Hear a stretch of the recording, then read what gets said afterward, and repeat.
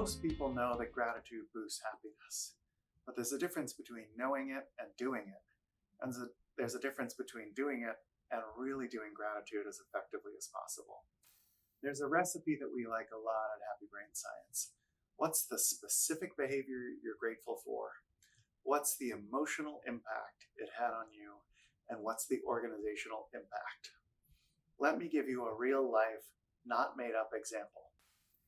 Ayla, sitting right behind the camera there.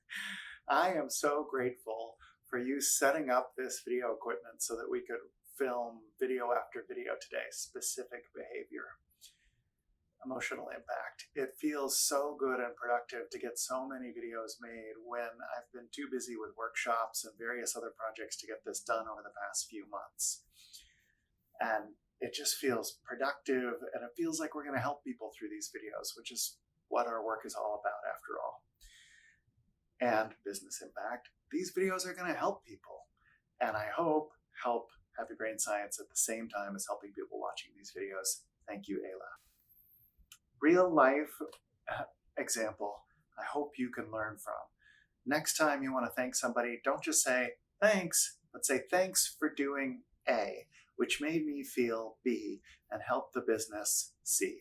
Then you're really getting to specific gratitude that boosts the mood of the recipient of your gratitude, boosts your own mood even more.